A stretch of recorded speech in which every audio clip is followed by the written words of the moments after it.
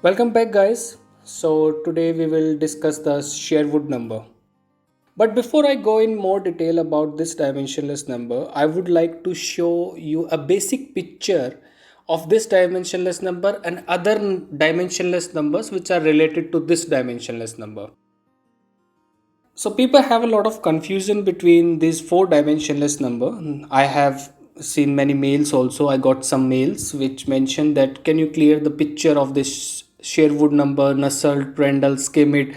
Can you just give us a picture like how should we visualize these dimensionless numbers? So today we will talk about, so I will give you just a glimpse of these four dimensionless number, then we will discuss about the Sherwood number. So these four dimensionless number, out of which two are related to heat transfer, which are the Nusselt and the Prandtl number. Similarly, in the case of mass transfer, we have Sherwood number and Schmidt number.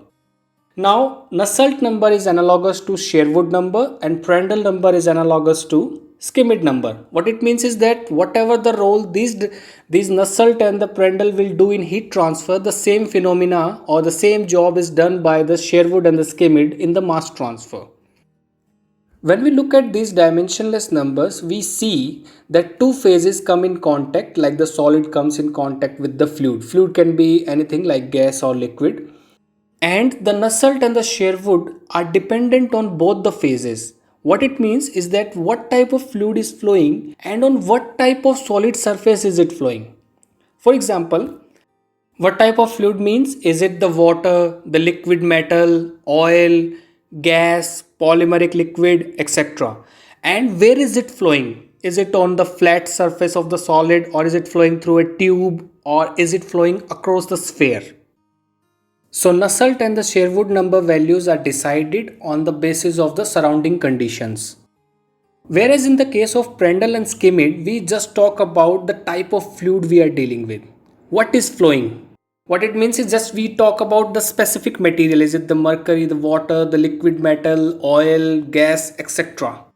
So you will see the Nusselt number as a function of Prandtl number, and similarly the Sherwood number as a function of the Schmidt number. So we have considered the Prandtl number properties in the Nusselt number and the Schmidt properties in the Sherwood number.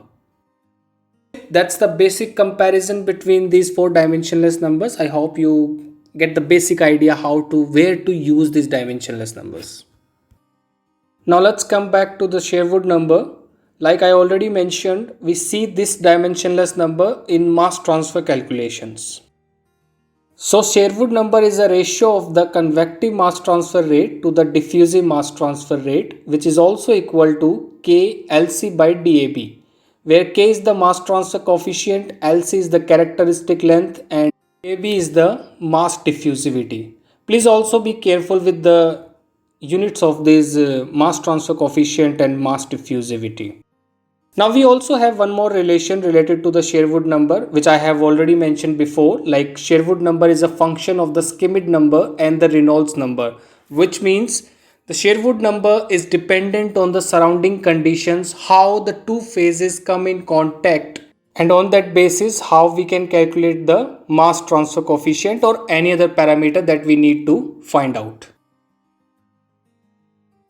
Here we have few relations of the Sherwood number on the basis where the fluid is flowing. Is it flowing on the flat plate? Is it flowing through a pipe? Or is it flowing across the sphere? Changing the Reynolds number will change the flow conditions, that is the laminar flow or the turbulent flow. And if we change the Schmidt number, we will change the which type of fluid is flowing there. You can choose the relation among them on the basis what the problem has mentioned. And finally, we can find the parameter that we have been asked in the question.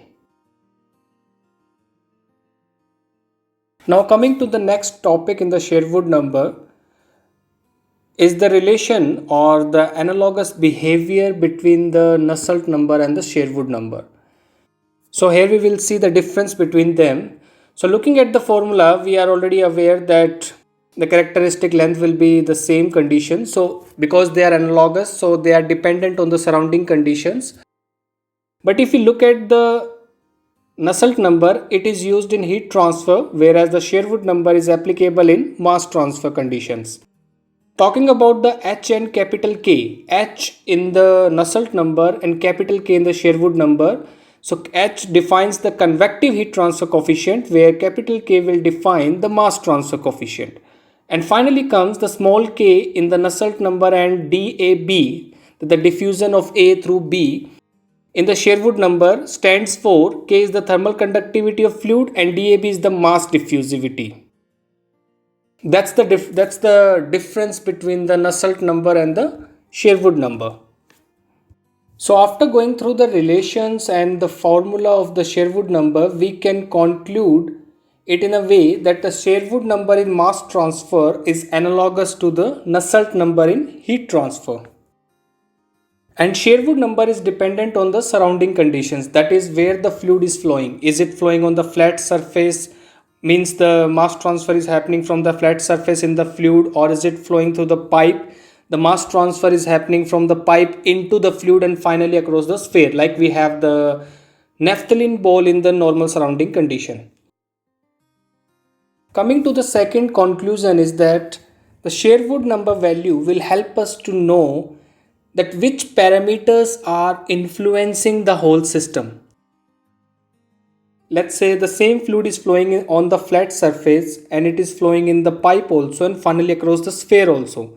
So having different values of the Sherwood number on the basis of conditions, we can find out that which are the favorable conditions for us, and if they are not, we can tune the parameters and finally make it favorable for us.